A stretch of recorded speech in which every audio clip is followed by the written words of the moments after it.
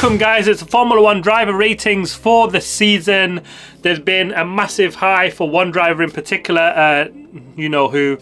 There's been a couple of surprises and some absolutely shocking performances from some of them, and a surprise at the end. Stick with it, and thanks for joining me here today. And we're going to start right at the front. Numero uno, Max Verstappen. He was absolutely unbelievable this season. 19 wins from 22, 12 pole positions, 575 points, 1,003 laps led throughout the season, more than double the points of P2 Sergio Perez. Put it this way, he could have finished and 10 races early and still won the Drivers' Championship. That's how magnificent he's been. Yes, everybody can say the car has been magnificent, but you know, the final sector in Monaco when he pulled it off to nick pole of Fernando Alonso was incredible. And if you look at the car in the hands of his teammate Sergio Perez, it's not been that easy to drive, hasn't it? Has there ever been a more dominant season in Formula 1? Absolutely not. He's wiped every record there has. You know, 19 from 22 is fantastic. Red Bull 21 from 22 this season. You know, it's just broken every record, and he's been on another level.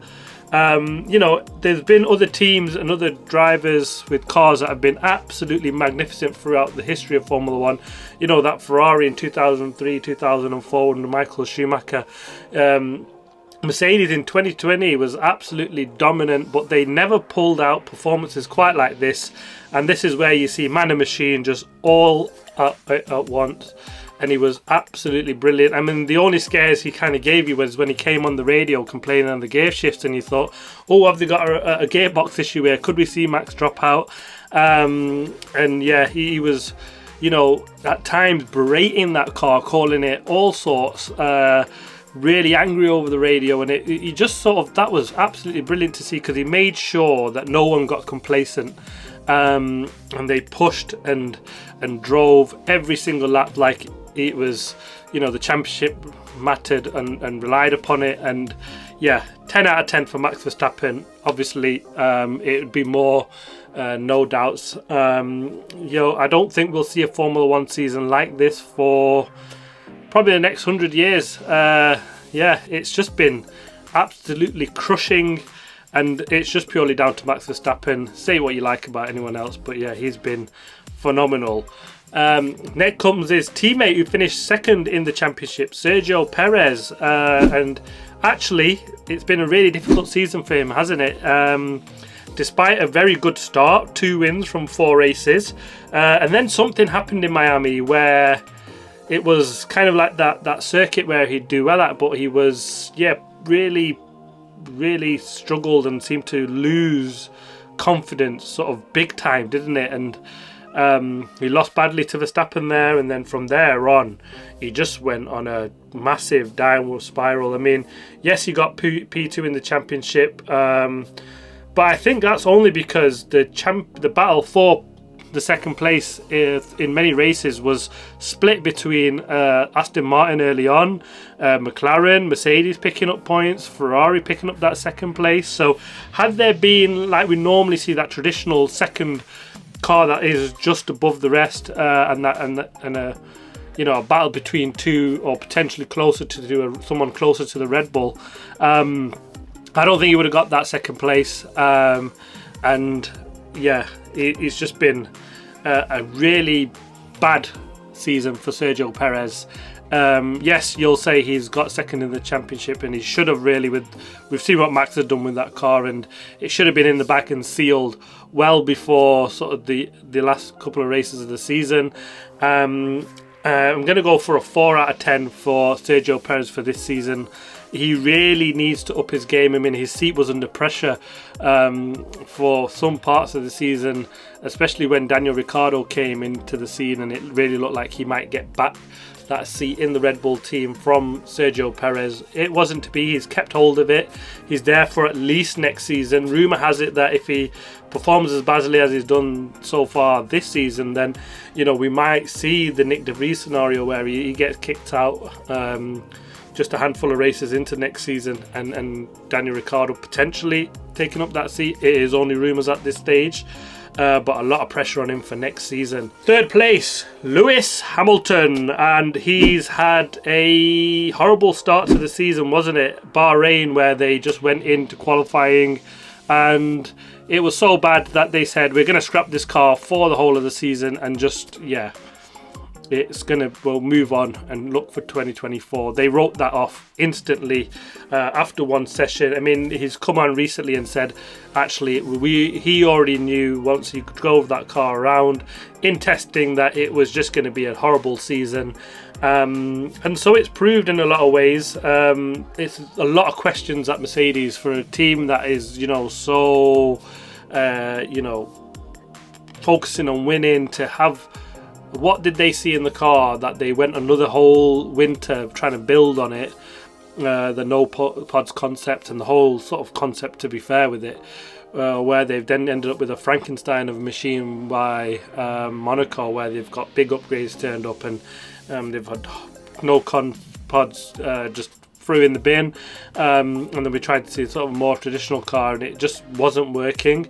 We've then seen a big upgrade even like right up into the end of the season, weren't we, where they bought a whole new floor, but then struggled, didn't they? Well, Lewis did in the last two races despite them upgrades. So he had a bit of a worrying face on, didn't he, at the end of the season, to say, look, I'm not sure where or how we're going to get on with this. And I think the big worry for them was Aston Martin have a Mercedes engine, McLaren have a Mercedes engine, and both look closer to winning a race than they did. Apart from Singapore, potentially, where Mercedes looked in a fight for a win, there hasn't been much else for them, has there, this season? Overall, Lewis Hamilton, his season, I think he's had a solid season, much better than what we saw last time out. He picked up six podiums.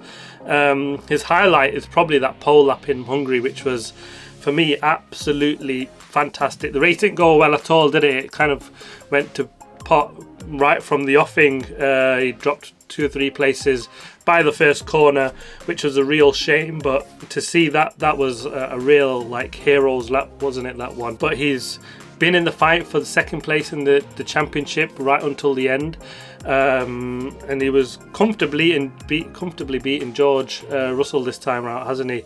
And he'll be hoping Mercedes can really kind of get their act together for next season and build a car that he can go forward and fight for a title again, for his 8th crown, or potentially 9th if you don't count the scandal, Red Bull cheat scenario, all that, for all you guys out there. So it is what it is. But I'm going for a 7 out of 10 for Lewis Hamilton for this season overall. He's been consistent. He's outshone the car a number of times. I think that Hungary pole lap, like I said. Yeah, so it'll be interesting to see how he gets on there. But a big season for Mercedes next time out. Next up, Fernando Alonso, who finished 4th in the championship. Well, who would have thought we'd be talking about him up here after last season when he left Alpine, the 4th fastest team, to move to Aston Martin, who actually finished that campaign 7th in the Constructors. There were questions about whether this was the right move. Is it a step backwards? Is he just not happy to, just pick up some points and fight for a decent team that sort of sports him more than he was kind of getting at Alpine? And it was a massive surprise to see them come out the gate. It was actually fantastic, wasn't it? The story of the early parts of the season, Aston Martin were phenomenal. He's picked up 6 podiums out of the first 8 races, and he was an absolute flyer. I think the biggest disappointment here is that that win number 33 eluded him, and I think that's due to a number of things with the new tyre constructions coming into play. There was that practice direction that came out and they sort of had to change bits on the car. It seemed to affect them more than anybody else, and it looked like to see them come out and take the battle to Red Bull, Fernando Alonso especially, was absolutely brilliant. And I think then the second half of the season was really the most disappointing, wasn't it? They only then picked up 2 podiums out of the remaining 14 races. Yeah, who'd have thought that, when they had, finishing 7th in the Constructors' Championship, they had the most CFD time out of all the rivals that they were battling with, and they, you would have thought then they would be the team to go forward and really take that fight to Red Bull. It just wasn't to be. The upgrades didn't really work on that car, and they seemed to lose direction quite a bit. They sort of found their form a little bit towards the end of the season, and it's, yeah, that's something that they really need to look at, because bringing upgrades and making them work consistently is, you know, a big battle in Formula 1, and McLaren seem to have done that absolutely fantastically this season, and Aston Martin sort of kind of need to find out and get their feet together and sort that one out. But Alonso has said this is probably his best season ever in Formula 1. For me, I don't think so. The seasons where he's won the championship with Renault were absolutely fantastic, but seeing him back at the front was, yeah, just absolutely brilliant to see.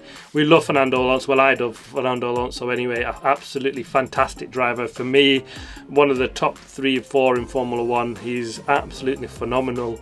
I'm going to go for a 9 out of 10 for Fernando Alonso, because there was big doubts him going into Aston Martin this season, and to perform like he has done, he's just been absolutely incredible. Top job from him. Next up, Charles Leclerc. He finished the championship in 5th place, on level on points with Fernando Alonso, but he got less podiums than Fernando did. And actually, it was a horrible start to the season for Charles Leclerc, wasn't it? It was 2 retirements in the first 3 races. And he had some qualifying struggles as well, which is surprising. That's his real strong suit, isn't it, for him? And he got just 2 podiums in the first 10 races. So, yeah, it couldn't have got onto a more worse start for Charles Leclerc. But then, towards the end of the season, he picked up, wasn't he? He finished that strongly. 3 podiums in the final 4 races. He picked up the most podiums after Max Verstappen. 5 pole positions for him. 3 of those in the last 4 races at the end of the season. Showing he's still got that 1 lap speed. And the big disappointing one where he was just really unlucky with the safety car in Las Vegas, wasn't he? Where I think personally he looked like in the pound seat to go on and win that race. He'd had a brilliant strategy for a change from Ferrari. Yeah, and he was just lucky to miss out on that win for him there. He finished strongly in Abu Dhabi, wasn't he? That was a brilliant race for him. He just needs to iron out these small mistakes and get together with Ferrari and sort out their strategy. You know, he doesn't seem to have that authority over the radio like we see with Carlos Sainz, where he says, no, we're going to go with this strategy. There's a lot of and ahhing on Charles Leclerc's side, and it often works out to his detriment. But who can forget the warm-up lap crash in Brazil? That was absolutely devastating to see from him. But these small adjustments, I think he's the one to take the fight potentially to Max Verstappen. Again, it's all down to Ferrari getting their act together and putting a car in the hands of Charles, and it seemed like towards the end of the season they might have got that.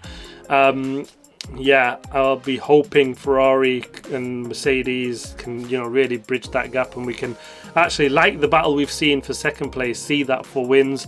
And yeah, I'm sure it'll be an absolutely incredible season if we get anything like that. But overall, it's been, yeah, a mixed season for Charles Leclerc, but ended really, really well. Yeah, just missing out on a win was the big one, wasn't it? A 7 out of 10 for me for this season for Charles Leclerc. Next up, 6th place finish for Lando Norris this season. And it's been a story of 2 halves for the McLaren team, hasn't it? Early doors, they knew in testing that the car that they've created was going to be shocking, and they sort of scrapped it and went fundamentally for a new direction. Suffered early in the season, so much so that, you know, the media and all the rumours were coming. Is Lando Norris going to stick around with McLaren? Can they provide a car good enough? Well, despite the horrible early parts of the season, they had a magnificent second half of the season, especially Lando Norris. Silverstone really sticks out for me. A double podium for them. A podium, second place finish for Lando Norris in his home race. He was mega, and he just sort of kicked on from there.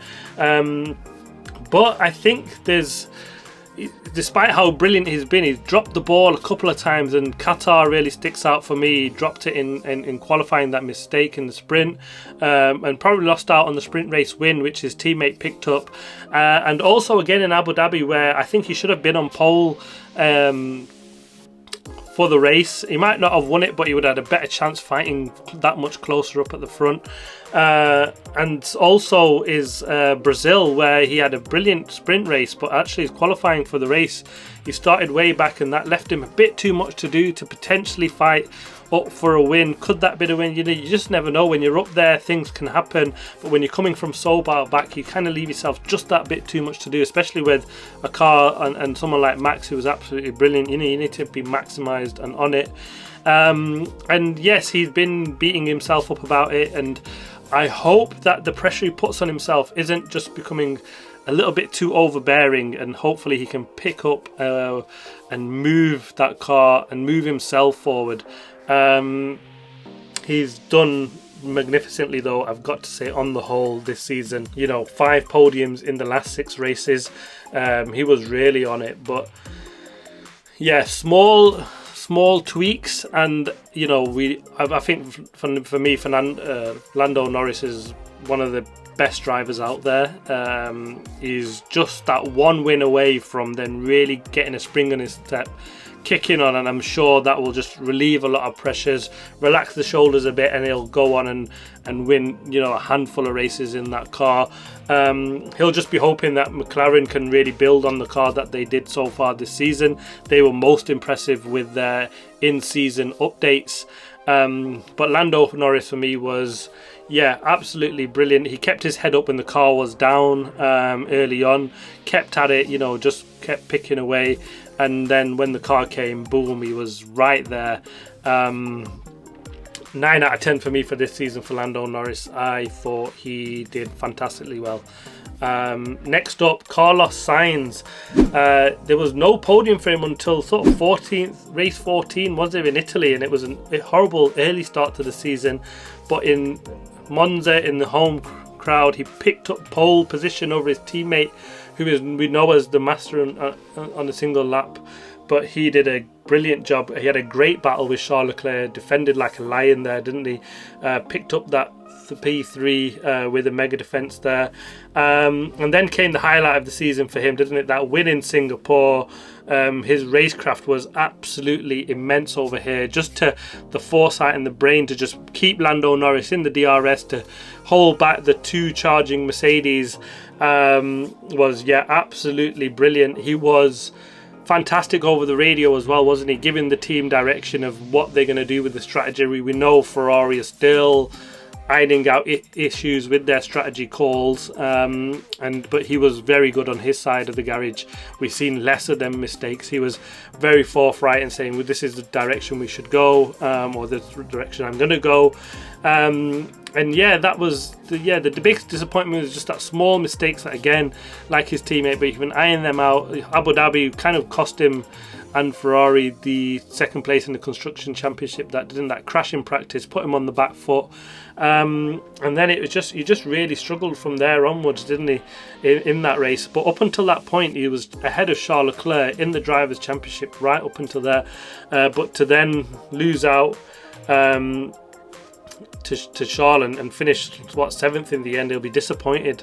But his small details need to change for Carlos Sainz. He's going in there. He's proven that he's probably more than a number 2 in that car. Yes, he's not got the 1 lap pace as his teammate, but his race strategy, the way he goes about that, the consistency, the fight, the drive, everything in race conditions, he's absolutely brilliant. He seems to maximize almost everything most of the times, and that's what sort of done him really well so far, hasn't it? So hopefully he can just kick on from there. But an 8 out of 10 for me for Carlos Sainz for this season. Next up in 8th place is George Russell. He's been Mr. Inconsistency this year, hasn't he, after being Mr. Consistent last year. Complete change around of season for him. He's done well in qualifying, equal 11 head-to-heads with Lewis Hamilton, but it's race day where it's all gone wrong for him, hasn't it? From the outside looking in, is he just a little bit too impatient? Could he be a bit more pragmatic in his approach potentially? But yeah, it's fantastic to watch though, because it just does go all out, puts everything on the table for the win, the maximum, whatever he can get. Always questioning every call, driving like a lion most of the times, but he'll be disappointed with this season. Only 2 podiums all season. Yes, them Mercedes hasn't been great, but Lewis has picked up, you know, quite a significant amount more than him. And actually his best race came at the end of the season in Abu Dhabi, wasn't he, where he was actually brilliant. He had a really solid race. I think the biggest disappointment for him this season has got to be Singapore, where had he made that pass on Lando Norris, was that his big chance for the win? I mean, had he made it past Norris, I've no doubt he would have caught up to Carlos Sainz and passed him. But then, yeah, dropped it, didn't he? I think that was a real killer blow at the end. But yeah, he's just got to cut out these little mistakes again. Overall, I think he'll be disappointed though. George Russell just needs to sort out whatever happens in the race, because on qualifying, yes, you know, we've pulled off some brilliant results in qualifying, but come race day, it's kind of not just gone right. Overall, I'm going to go for a 6 out of 10 for George Russell for this season, because I think he's been a little bit disappointing. I think he's been a little bit disappointing in race trim. Next up, 9th place finish for Oscar Piastri. The rookie comes to the end of his first season in McLaren, and actually overall I think it's been a really successful campaign for him, hasn't it?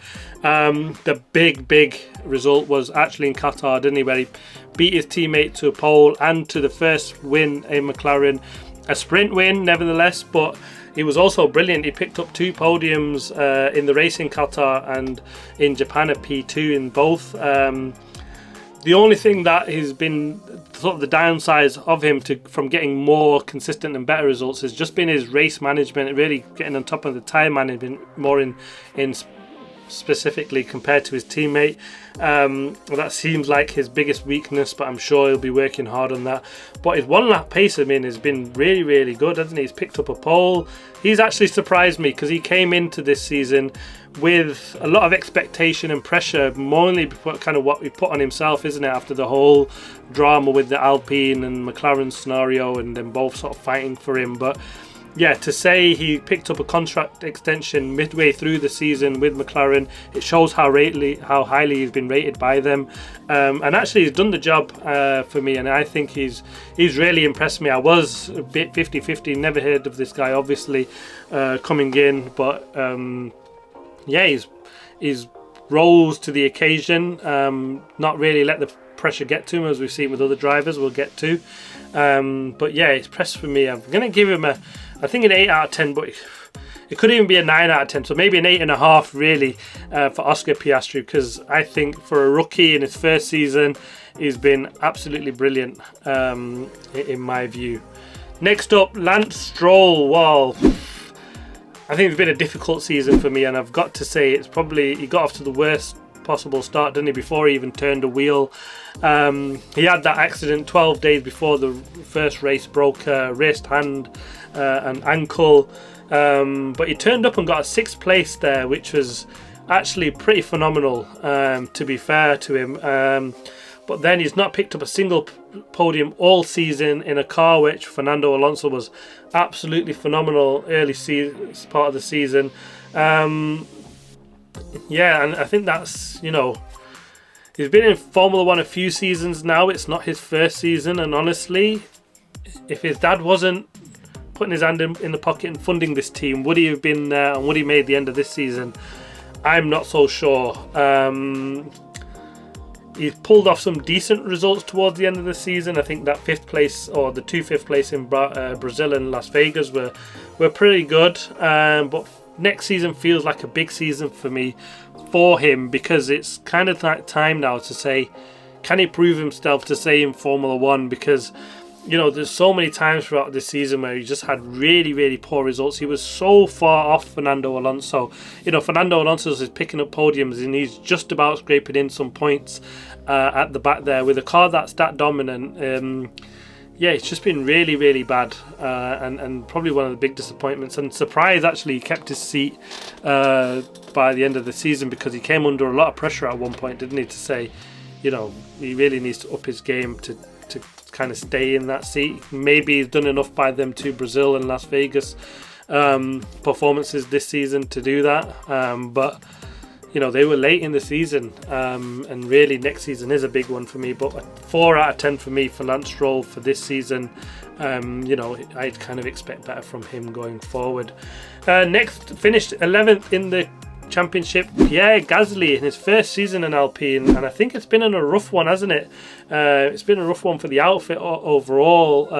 Alpine making some big changes to the team partway through the season. You know, Otmar Zafnauer, team principal, got go, the head of the technical side, also changed, and big overall change because the car was, you know, finished 4th in the constructors, and they kind of expected bigger and better things this season. They then got pipped by Aston Martin, and then were running kind of horribly for most of the season, wasn't it? And I think he's done really well. He's so, you know, he could have got the self-imposed pressure of beating his teammate, you know, his friend. Apparently they you know, anything but that, let's be honest. And he's actually, you know, really deep down it looks like he doesn't really like him, but it was a brilliant P3 in Zandvoort from him. You know, and also he's been on the wrong side of some really questionable strategy calls from the team, hasn't he? You can see, I can still remember Hank ranting and raving over the radio a couple of times for the strategy calls that they've made. He's beat Ocon by 4 points this season. I think he can be happy with his campaign, although the team going from 4th to 7th or 6th in the Constructors' Championship is overall disappointing for them. But a solid first season for Pierre Gasly in a new team. He's beating his teammate is kind of what you kind of ask for. I'm going to go for a 6 or 7 out of 10, so say 6.5 for Pierre Gasly. Next up, Ocon, his teammate, finished just behind him, 12th in the Constructors, in the Drivers' Championship. He didn't get to a good start to the season at all. 2 DNFs in the first 3 races for Ocon. He's had 7 DNFs this season. That's an awful lot. So arguably he should have comfortably beaten Pierre Gasly had he picked up some points or not had as many DNFs as he did. But I think the big highlight for me was that P3 in Monaco for him. He was absolutely mega. It was a brilliant result for that car. There's no way he should have had, you know, results like that. And another fantastic, the ones that really stick out is Las Vegas, a P4 in a circuit which was, you know, meant to be one of the ones where they might really struggle with the big long straights where we know that car and the engine is so down on power. But a P4 in Vegas was absolutely fantastic. There, the Monaco and Vegas are the 2 highlights of his season for me, but overall I think he'll be a little bit disappointed. Too many DNFs, and he's been beaten by his teammate. A 6 out of 10 for Ocon for this season. Next up, 13th place for Alex Albon. Now, this has been one of his most complete seasons for me. Last season he kind of set himself up for this role, and this time he's absolutely taken that. He really dragged that car by the horns and drove Williams to that 7th in the Constructors' Championship, didn't he? It wasn't a great start to the season, was it? 2 DNFs in the first 3 races. The crash in Australia would have been the one that really hurt. He was, you know, way up 6th, 7th place at the time and looked like he could have been on for some decent points. But it wasn't to be. But he did put that disappointment behind him. It was a fantastic P7 drive in Canada. That defense was absolutely fantastic. And then when it came to Italy, where we kind of expected them to do well, he rose to the occasion and actually produced another solid 7th place at the Temple of Speed. And also I think overall he's done really well to keep that team going. He, you know, picked up pretty much all the points for the team to hold on to that 7th, and it's been a fantastic campaign for him. There's no doubts about it. You know, for a team and a car that's been running at the back for the last number of years, it's been a big season. They've had some big hires, and they are looking like a team going in the right direction now. A 9 out of 10 for Alex Albon for me, because I think he's been absolutely brilliant. Next up, 14th place for Yuki Tsunoda, and he's been one that's actually proved me wrong. It was a solid start to the season for him in what wasn't a great car. He missed out on some points in the first 2 races, finishing 11th. and then picked up 10th places. The car struggles got worse the middle part of the season, wasn't it? It was a horrible thing to look at and drive, that Alpha Tauri, but Yuki stuck with it. He's had a brilliant season. He's beaten and hammered his teammate Nick De Vries. Daniel Ricciardo came in and he's rose to the challenge there put forward to him, isn't he? And actually done really well against him, picked up some brilliant performances. It was a brilliant weekend for him in Abu Dhabi, wasn't it? Really nearly nicked that 7th place for the team. I think the team was just too reserved on the strategy call, going for that one stop at the end, and he could have pitched P7. And for me, he's one of the most likeable characters on the grid, isn't he? I absolutely love the way he goes about himself. His driver calls and his over the team radio are just brilliant. His ranting and raving is just absolutely fantastic. An 8 out of 10 for me for Yuki Tsunoda, because I think he's been brilliant this season. Next up, Valtteri Bottas finished the season in 15th place, and his season couldn't have got off to a much better start in Bahrain, could it? A P8, but that, looking back, just looks like a flash in the pan, that, didn't it? Because from there onward, the car just seemed to really quickly struggle. They struggled in so many circuits, and generally overall, I think it's been a disappointing for that outfit. P8 in Qatar was another good weekend for him, but they'll be hoping for a lot more and a lot better next time out, next season. A 6 out of 10 for me for Valtteri Bottas. Overall, I think it's just, he's beaten his teammate, but kind of expected him to do that. He's the more experienced driver there. And 2 really decent results for him. Other than that, it wasn't a season to write home about at all. 16th place for Nico Hülkenberg. He picked up 9 points. It's been a horrible season for the Haas team. The highlight being that P7 in Australia for Nico, and a P6 in the sprint race in Austria. He's been fantastic in qualifying. He's picked up some brilliant, grid positions, way high up at times, but then in the race that car just really seemed to struggle, and then they were never ever looking forward, were they, to just fighting defensively all the way at the back, and he with his teammate just looking glad to get rid of that car at the end. He's done a brilliant job in his return, beating his teammate who's been in the car for a season. And honestly, I think he's probably outdriven that car at times. So I'm going to give him a 7 out of 10 because what he's achieved with that absolutely horrendous car, his first season back, and overall I think he's done a pretty solid job. And next up is a 17th place finish in the Drivers' Championship for Daniel Ricciardo. It was massive excitement when he turned back up on the field, wasn't it? It was brilliant to see the Aussie smiling, bouncing around that field, back in a car. But it was short-lived, wasn't it? That horrible freak incident in Zandvoort where he broke his hand meant he missed 5 races from there on, and he did manage to run 7 races towards the end. His best result being that P4 in Mexico, and in qualifying he's picked up points, but then he's had some races where he's been beaten by Yuki. Well, I think he'll be hoping for a proper season next season with some pre-season testing and getting used to the team. But the team's been really happy with his insight in developing that car. I'm going to go for a 5 out of 10 for Daniel Ricciardo. I know that's a little bit harsh. He's only had 7 races, but even the races he's been in, pick and mix, hasn't they? Some good ones and some really bad ones. But yeah, disappointing, probably mostly because of that hand injury where, we could have really seen what he's all about, and we kind of missed out on a little bit of that. And 18th place finish in the championship for Zhou Guanyu. I was kind of surprised he kept his seat for this season. At the end of last season, the team were really happy with what he'd performed, but he's just not had a great season for him at all. He's been comfortably beaten by Bottas, and he picked up 3 9th places to pick up his only points of the season, but overall generally he's been to the back of the field, and I feel like he's probably got a lot to prove next season if he wants to stay with that outfit while they change and move hands to Audi in 2026. A 4 out of 10 for him, from me for this season. 19th place for Kevin Magnussen, 3 points, and I think it's been a really poor season for K-Mag, hasn't it?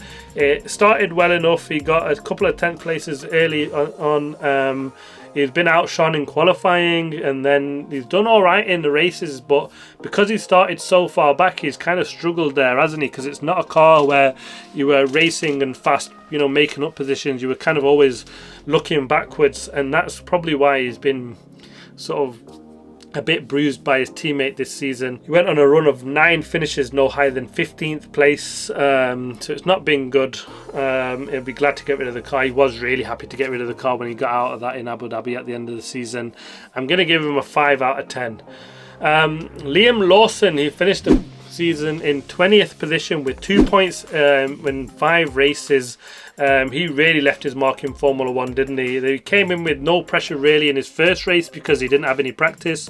He actually did really well in Zandvoort, didn't he? In really tricky conditions, kept the car on track, brought it home. It's kind of all you can ask for as a rookie. But then his big moment came in Singapore when he picked up some points. A P9 finished there. Yeah, I think he probably did do enough to keep his seat for the end of the season. I think so. His battle with Yuki in Japan was absolutely brilliant. You know, he managed to beat him there. And overall, I think he did an outstanding job. But I think they were a bit cautious because they've kind of seen what happened with Nick De Vries. They fell into the whole hype with him of what he did at Williams in Italy the season before. Brought him in and it just kind of went big flop, wasn't it? So I think they were just kind of being a bit more reserved for Liam Lawson, and when you look back now, maybe that is the right decision to do that. But overall, for what he did in the short time span he was there, a 9 out of 10 for me. Next up, Logan Sargent. Yes, Logan Sargent is going to keep his place in the Williams Formula 1 team for next season. Yes, I am as shocked as you are. That is an absolutely surprising and shocking decision in the end. You know, look, the man's been beaten by a guy that came in and done 5 races in Liam Lawson and scored more points than him. The only point that he did score was actually by Lewis Hamilton and Charles Leclerc getting kicked out of the race in Austin, so he's not actually won a point out on track. I know that sounds harsh, but that's the fact of it. He's had some good moments, a P11 in Silverstone and Brazil, but other than that, it's just, yeah, I think it's just fallen way flat, hasn't it? Maybe they're looking at him, maybe he's done something in the background that we've not seen. It's the big sponsorship that he's bringing with him, obviously that's kept him in this seat for next season. And maybe they're looking at something like where Yuki, we've seen he didn't have a fantastic first season then either, but look what he did last season, and maybe that's what they're hoping for out of Logan Sargent. Yeah, I'm surprised he's kept this seat, but he's done it.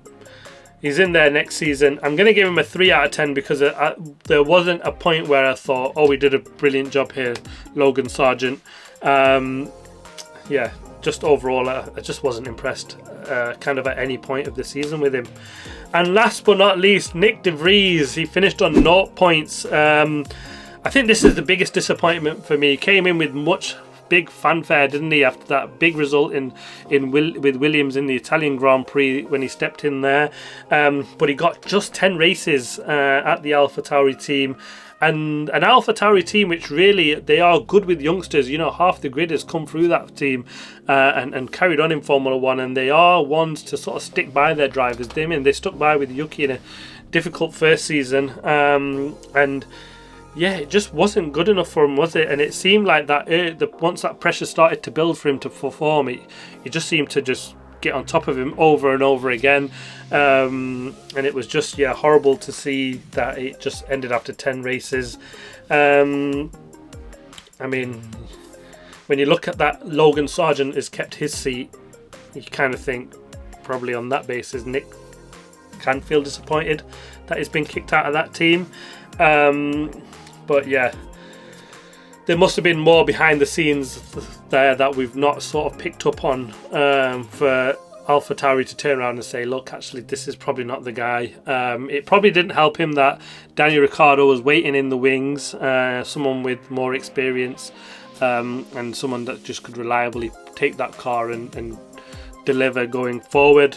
But yeah, 2 out of 10 for Nick De Vries, the 10 races that he had, because overall I think it was just, yeah, the biggest letdown of the season for me, that is really.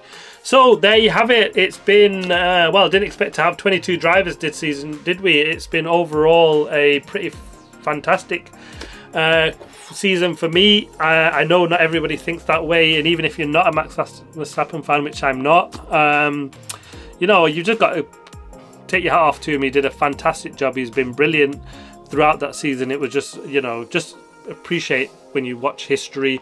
I'm sure there was times, you know, people watching Michael Schumacher feeling like that. Just appreciate. It might not be as fun. Same with Lewis Hamilton. You might not be as fun, but you've got to appreciate when someone's done something absolutely phenomenal, and Max did that this season. The battle for P2 was just brilliant throughout, wasn't it? I think when we look at it from that perspective, the fighting throughout the rest of the field was probably second to none. Closest I've seen for a long time. You know, there's so close between second and last place by a second, the gap just being so close. I don't think we've seen that in Formula 1 for a very long time, and it was great to see. But next season, let's hope the other big boys can pick up and bridge that gap to Red Bull, and we see a fight for some wins. I can't see Red Bull dominating next season like they have this one. But there you have it. That's the driver ratings for 2023. Thanks for watching. Please like, subscribe and comment as always. I'll see you next time.